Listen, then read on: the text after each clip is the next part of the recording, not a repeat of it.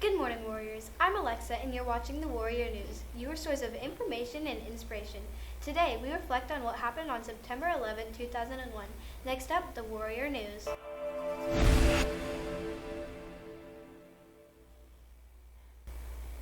Today is Thursday, September 11, 2025.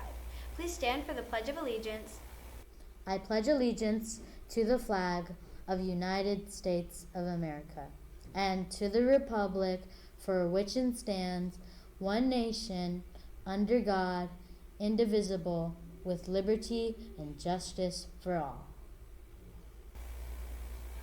Please remain standing for a moment of silence while we reflect on today's activities and focus on demonstrating our best behavior.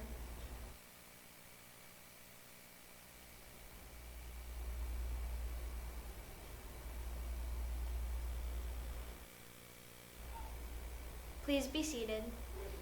6th grade. This is a reminder that tomorrow is the first day of intramurals. Make sure your ride will pick you up on time at 4:10 in the bus loop.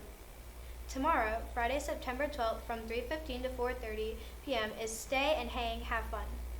If you didn't check the lost and found today, Friday, September 12th, all unclaimed items will be bagged and donated to a local charity. Tomorrow is Spirit Day. Did you get caught wearing spirit wear? Tomorrow is Furrier Friday. Are you going to be bringing your $1.50? Car riders, when your car arrives, please walk to it. We want to keep the line moving. Bus riders, please remain on your sidewalk while watching for your bus. This is for your own safety. Warriors, stay on the right path to success. Be prepared, accountable, thoughtful, and helpful.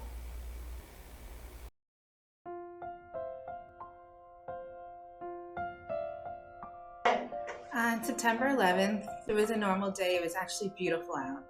I was working in a hair salon in Long Island, which is a suburb kind of area of New York outside of Manhattan. I was outside and we just saw a billowing of smoke, just smoke coming out that you would almost think were clouds, but it came from the bottom and kept going up.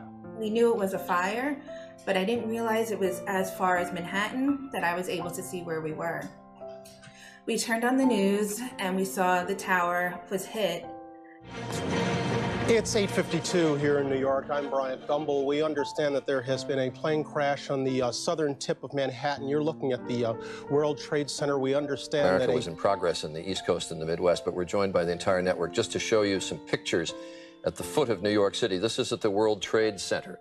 My name is Michael Farinacci. I'm a commercial pilot. The day of September 11th, very scary time for our country, and as a pilot, I was actually doing some flight training with one of my clients in a small Cessna aircraft, talking with ATC at the time, and on this instrument approach into Lakeland, Florida. Just as we finished the approach, the ATC tower at Lakeland asked us to land, which is a very odd thing because tower never asks the pilot to land, the pilot requests to land. And of course, one of the first things you think about is, what did I do wrong? That wasn't the case. They asked us to land, and when I pulled off the runway and contacted ground control, I asked ground control, I said, was there a problem? Why did you ask us to land? And they said, we're unable to tell you details, but the entire nation is under a national ground stop. And that meant something very big. And there were about 30 of us in the hair salon watching the news, and we saw it being hit again.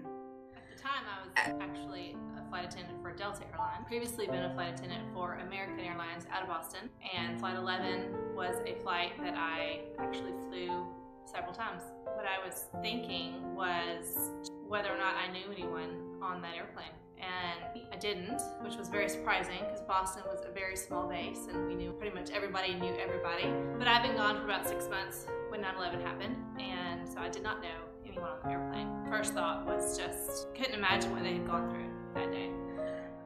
At that time, no one understood what was going on or if it was going to continue happening or what to do. Our boss gave us permission to leave, and I drove that 30 minutes back home to Queens shaking. I didn't know what to expect on my way home, if even an airplane was going to fall out of the sky.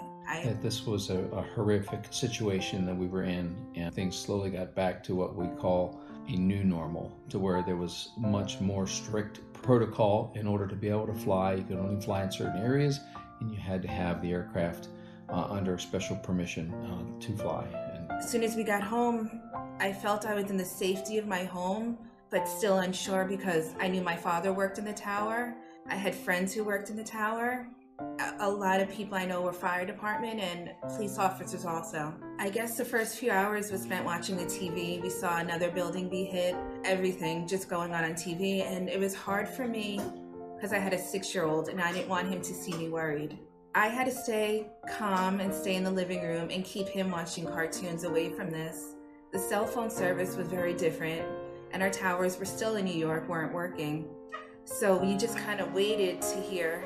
I lived downstairs from my mother-in-law and she worked in Manhattan too. About 7 hours later, she came walking home from Manhattan, gray. She was covered in dust and dirt and in pain and didn't know what was happening her whole walk home. But that day, once the tower hit, they found humanity in each other.